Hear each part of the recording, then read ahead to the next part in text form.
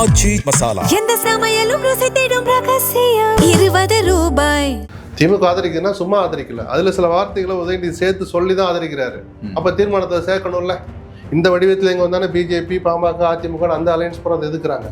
அவங்க கண்டென்ட் என்னவா இருக்கு? என்ன கொண்டு வர போறாங்கன்னு தெரியாத போது நீங்க எதை எதுக்குறீங்க?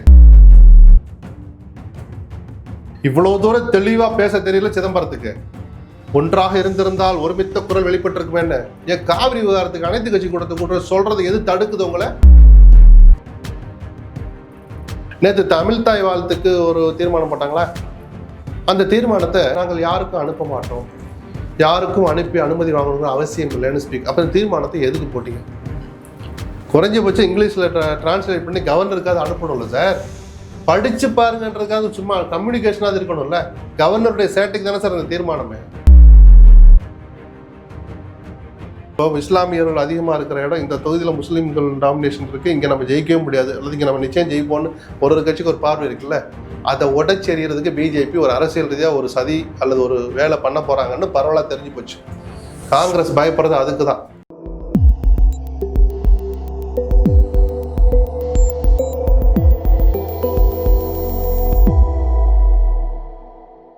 சார் வணக்கம்.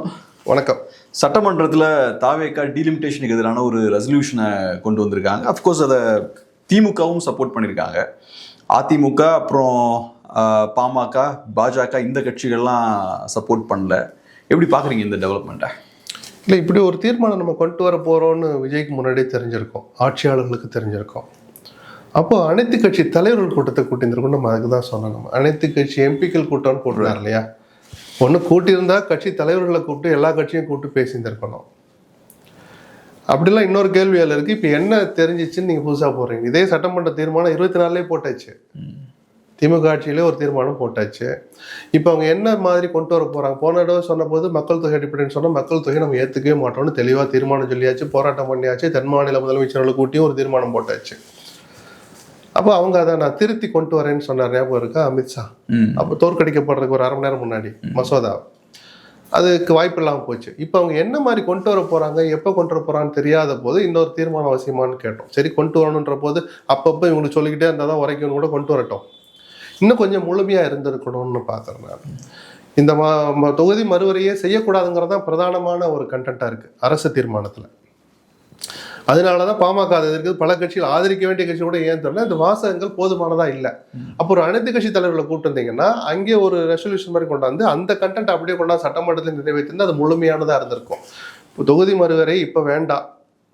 2001 வாஜ்பாய் ஒரு 25 வருஷம் தள்ளி வச்ச மாதிரி நீங்களும் ஒரு 25 வருஷம் தள்ளி வைங்க, இன்னொரு 25 வருஷத்துக்கு அப்படின்னு சொல்லலாம்.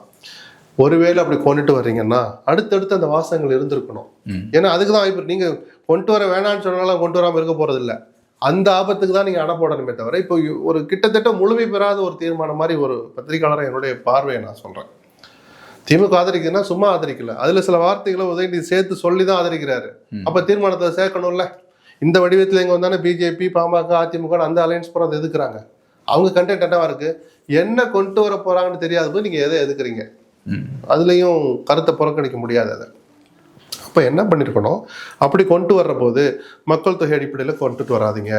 அதில் தமிழ்நாட்டுக்கு மக்கள் தொகை கட்டுப்பாட்டை, குடும்ப கட்டுப்பாட்டை சரியாக கட்டுப்படுத்திய மாநிலங்கள் பாதிக்கப்படும் அப்படின்னு சொல்லணும். அப்போ ப்ரோரேட்டா பேசிஸில் ஒரு குறிப்பிட்ட பெர்சன்டேஜ் எல்லா மாநிலத்துக்கும் ஏற்றுங்க.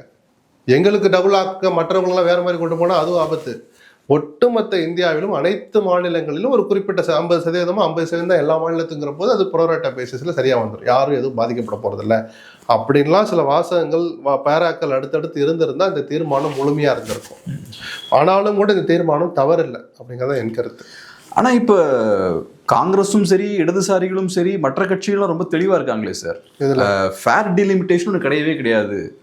நோ டீலிமிட்டேஷன் தான் ஃபேர் டீலிமிட்டேஷன். ஸோ அவங்கள பொறுத்தளவில் ப்ரோரேட்டாவாக இருக்கலாம், 50% இன்க்ரீஸாக இருக்கலாம், எதாக இருந்தாலும் நாங்கள் எதிர்ப்போம். தாவேக்காவும் ஏறக்குறைய அதே ஸ்டாண்டில் தான் இருக்காங்க. ஸோ அப்போ டீலிமிட்டேஷனே வேண்டாம் எங்களுக்கு. அதனால தான் இந்த தீர்மானம் தவறு இல்லைன்னு நான் சொன்னேன். முழுமையாக இருந்திருந்தால் நல்லா இருக்கும்னு சொன்னேன். நீங்கள் சொல்கிறனால இப்போ காங்கிரஸால் தடுக்க முடிஞ்சுதா? இன்னும் சில கட்சிகள் வெளியே போன பிறகு இந்தியா கூட்டணியால் மட்டுமே தடுத்துட முடியுமா? அப்போ கொண்டு வர போகிறாங்கங்கிறது உறுதியானால் அது எப்படி கொண்டு வரணுங்கிற அந்த தாக்குதலுக்கும் நம்ம தயாராக இருக்கணும்ல, எதிர் தாக்குதலுக்கும். புரியுதுங்களா? இப்போ கொண்டு வரவே மாட்டாங்கன்றதுக்கு என்ன உத்தரவாதம் இருக்குது? அப்போ வெளிப்படைத்தன்மையோட முன்னாடியே அறிவிங்க, பொதுமக்கள் பார்வைக்கு வைங்க, நாடு முழுக்க ஒரு விவாதத்தை நடத்துங்க, அதன் பிறகு நீங்கள் சட்டமாக்குங்க, மசோதா கொண்டு வாங்கன்னு அப்படிப்பட்ட வாசகங்களும் இல்லையே. அதனால சார் அனைத்து கட்சி கூட்டமாக அதை கூட்டியிருக்கணும்னு நம்ம சொல்கிறோம்.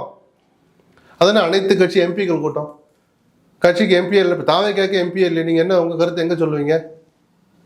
பல விஷயங்கள் இருக்குல்ல. இல்லை இப்போ எம்பிக்கள் கூட்டம் கூட்டியிருக்காங்க, அனைத்து கட்சி கூட்டம் கூட்டியிருந்தா எந்த லெவலில் பெட்டராக இருந்திருக்கும்னு நினைக்கிறீங்க? எந்த வகையில்? இல்லை, எல்லா கட்சி இப்போ பாமகவுடைய கருத்துக்களை கேட்டிருக்கலாம்ல. அன்னைக்கு நீங்கள் கிட்டத்தட்ட தோழமை கட்சி கூட்டம் மாதிரி தானே அது நடந்துச்சு. ஸோ முக்கியமாக நிறைய கட்சிகள் விடுபட்டு போயிடுவாங்கன்றீங்க. எல்லாரையும் அரவணைச்சு இங்கே வாங்க, உங்களுடைய கருத்துக்களையும் சேர்த்தா நம்ம தீர்மானம் போட போகிறோம். அனைத்து கட்சி கூட்டங்கிற பேரில் கூட்டுறவங்க எது தடுக்குது? எது தடுத்துச்சுன்னா வராத பிரச்சனை இப்போ வரல, எப்போ வரும்னு தெரியாது. இதுக்கே அனைத்து கட்சி கூட்டம் கூட்டுறீங்களே, திமுக ஒரு செக் வச்சுச்சா? கூட்ட வேண்டிய காவிரி பிரச்சனைக்கு அனைத்து கட்சி கூட்டத்தை கூட்டுங்கிறப்ப கூட்டலை. அப்போதான் இந்த அரசு மேலே நமக்கு சந்தேகம் வருது. அத்தியாவசியமான பிரச்சனை சார், ஜீவாதார பிரச்சனை சார், அது கூட்டவே இல்லையே அவரு. ஏன்னா காங்கிரஸ் கட்சி உங்களுக்கு அழுத்தம் கொடுக்குதுங்கிற அந்த விமர்சனத்தில் நியாயம் இருக்குது, உண்மை இருக்குன்னு சந்தேகம் இருக்குது. என்ன பேசுனா காங்கிரஸை பற்றி விமர்சனம் வரும், கர்நாடகாவில் ஆள்றது காங்கிரஸ் ஆட்சி, நீங்கள் அதை பற்றிலாம் கவலைப்படலாமா? இந்த கட்சியில் என்ன நினைக்க, மேகதாதுவை பற்றி தான் ஏற்கனவே சட்டமன்றத்தை தீர்மானம் போட்டாச்சேன்னு நிர்மல்குமார் சொன்னாரா? அதனால கூட்டலை. இந்த கூட்டத்துக்கு தான் தீர்மானம் போட்டது, தொகுதி மறுவரைக்கும் தான் தீர்மானம் போட்டாச்சு 24லயே. அப்புறம் எதுக்கு நீங்கள் அனைத்து கட்சி எம்பிக்கள் கூட்டம் கூட்டினீங்க? எதுக்கு இந்த பம்மாத்து வேலைகள், பூசி மொழுகல்? அனைத்து கட்சி கூட்டம், ஒரு டீ காஃபி செலவு, 3-5 மணி நேரம் எல்லாரும் போது பேச போகிறோம், ஒட்டுமொத்த உணர்வை காட்டின மாதிரி இருக்கும். ப. சிதம்பரம் சொல்கிறாரு, அந்த தொகுதி மறுவரை விஷயத்தில் அனைத்து கட்சிகளும் கலந்திருந்தால் தமிழ்நாட்டுடைய ஒருமித்த குரல் வெளிப்பட்டிருக்கும், அந்த வாய்ப்பு மிஸ் ஆகிடுச்சு அப்படிங்கிறாரு. ஏன் இதே வார்த்தையை காவிரி விவகாரத்துக்கு சொல்ல வேண்டியான? நேர்மையான அரசியலை விரும்புகிற, வெளிப்படையான அரசியலை விரும்புகிற சிதம்பரம் காவிரி பிரச்சனை வாய் மூடி மௌனியாக இருந்தது ஏன்?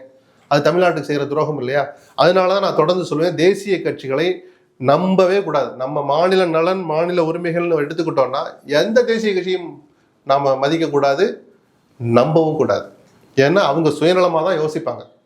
இவ்வளோ தூரம் தெளிவாக பேச தெரியல சிதம்பரத்துக்கு. ஒன்றாக இருந்திருந்தால் ஒருமித்த குரல் வெளிப்பட்டிருக்குமேன்னு. ஏன் காவிரி விவகாரத்துக்கு அனைத்து கட்சி கூட்டத்தை சொல்றது எது தடுக்குது உங்களை? சொல்லுங்க சார். கர்நாடகா காங்கிரஸ்காரன் சுயமரியாதையோட சூடு சொரணையோட இருக்காங்கல்ல, தன் மாநிலத்துக்கு நலன்னு. அதில் குறைஞ்சபட்ச உணர்வு இங்கே யாருக்குமே இல்லையே, சிதம்பரத்துக்கு இல்லையே. ஏன் அப்போ அதுக்கு கூட்டியிருக்கணும்ல சார் அனைத்து கட்சி கூட்டத்தை? எதுக்கு இந்த அரசு தயங்குதுன்னே புரியல சார். ஆனால் ஒரு வகையில் பார்க்கும்போது பொலிட்டிக்கலாக காங்கிரஸ்க்கு இது ஒரு வெற்றியோ அப்படின்னு தோணுது. ஏன்னா இப்போ காங்கிரஸோட ஸ்டாண்ட் வந்து நோ டிலிமிட்டேஷன், திமுகவோட ஸ்டாண்டு ஃபேர் டிலிமிட்டேஷன். ஆனாலும் இப்போ தாவேக்கா கொண்டு வந்த அந்த தீர்மானத்தை திமுகவையும் சப்போர்ட் பண்ண வச்சுட்டாங்கல்ல. திமுகவுடைய உதயநிதியுடைய பேச்சை முழுசாக படித்து பாருங்கன்னு நான் சொல்கிறேன்.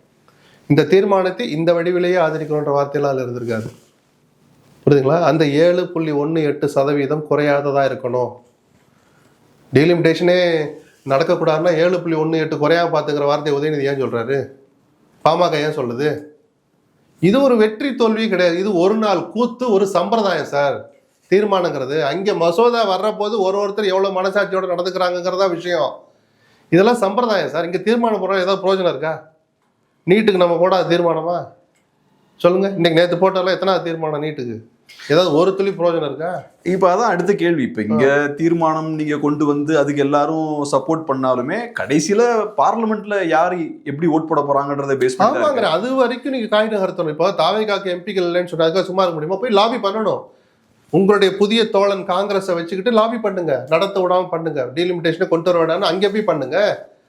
இங்கே பார்த்து நீங்கள் என்ன பண்ண முடியும்?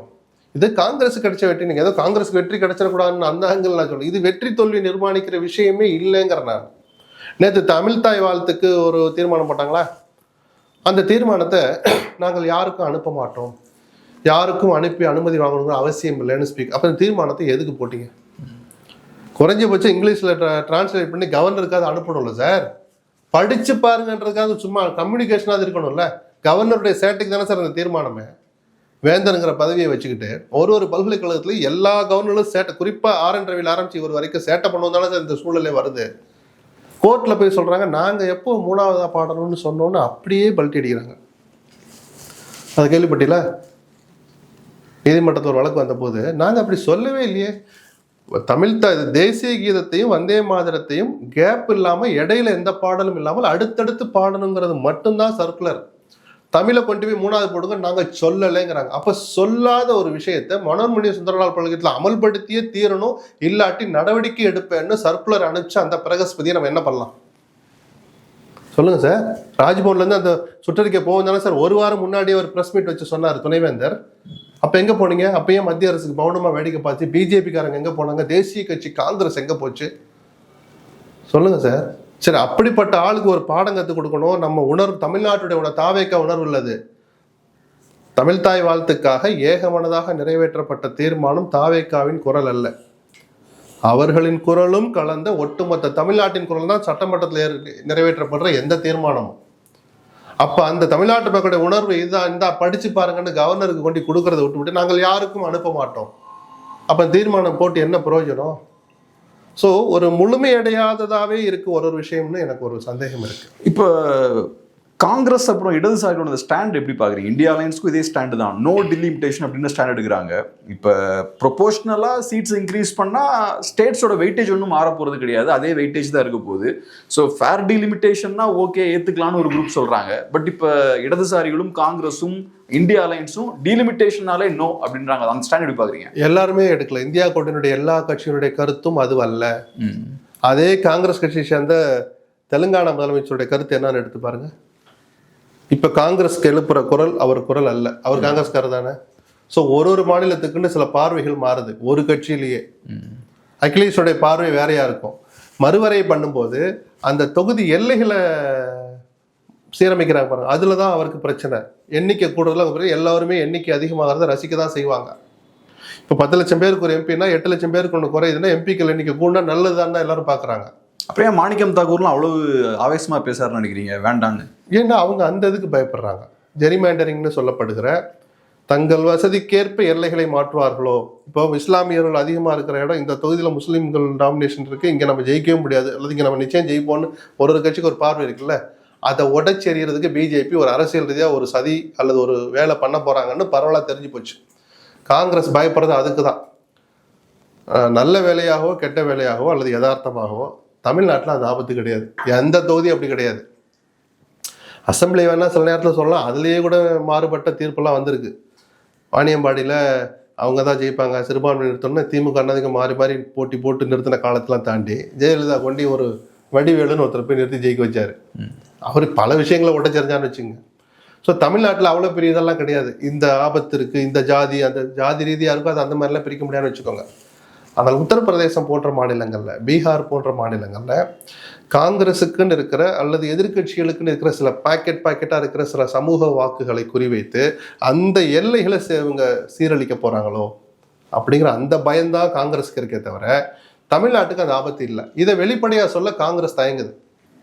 ஒட்டுமொத்தமாக ஒரு பார்வை பார்க்குறாங்க. ஒட்டுமொத்த பார்வை பார்த்தா தமிழ்நாட்டுக்கு நல்லது நடக்க வாய்ப்பு இல்லை. நீங்கள் இப்போ மௌனமாக இருந்தீங்கன்னா அவங்க ஒருவேளை மசோதாவை கொண்டு வந்துட்டாங்கன்னா தடுக்கிற சக்தியும் எங்கள் காங்கிரஸுக்கு கிடையாது. அப்போ போய் குய்ய முறையோன்னு கத்துவீங்களா? அதனால தான் இப்போவே சொல்லி வைக்கிறோம், குறைஞ்சபட்சம் மாநிலத்துக்குன்னு இருக்கிற ரெப்ரசன்டேஷன் 7.18 தாண்டாமல் அல்லது அதை குறையாமல் பார்த்துக்கோங்க. ஏன்னா அப்போ தான் அமித்ஷா ஒரு வார்த்தை சொன்னார், இல்லை 7.23 வரைக்கும் வாய்ப்பு இருக்குது அப்படின்னு ஒரு நம்மளை சமாதானப்படுத்துறதுக்கு சொன்னார். அந்த நிலைமை வந்தால் நல்லதாங்கிறது தான் என்னுடைய பார்வை. ஸோ இப்போ இந்த ரெசல்யூஷனை பொறுத்தளவில் பழைய என்டிஏ பிளாக் எடுத்துக்கிட்டோம்னா, குறிப்பா பிஎம்கே, பிஜேபி, அப்புறம் டிஎம்டிகே, இவங்க 3 பேரும் இந்த ரெசல்யூஷனை சப்போர்ட் பண்ணல. திமுக சப்போர்ட் பண்றாங்க. அப்ப திமுக அலையன்ஸ்குள்ள ஒரு விரிசல் இருக்கிறத பார்க்க முடியுது இல்லையா? டிஎம்டிகே வேற பேட்டர்ன்ல போறாங்களே, வேற ரூட்ல போறாங்களே. இந்த தீர்மானத்தை வச்சு நீங்க அதுக்கு முடிவு பண்ண வேண்டாம். பிளஸ் இப்படி வேற ரூட்ல போய் டக்குன்னு அவங்க போய் பார்த்து வேட்புமனு தாக்கல் பண்றதுக்கு எந்த தேர்தலும் இப்போ வரல. குறைஞ்சது 2.5 வருஷம் இருக்கு இன்னும். அதனால தேர்தல் கூட்டணிங்கிறது இதில் பேச வேண்டாம். ஆனால் ஒரு கட்சிக்குன்னு ஒரு மாறுபட்ட பார்வைகள் இருக்கு. அதை வச்சு இது கூட்டணி முறிஞ்சிருச்சு, இது விலகிடுச்சு அப்படின்னு பார்க்குறதுல எனக்கு உடன்பாடு இல்லை.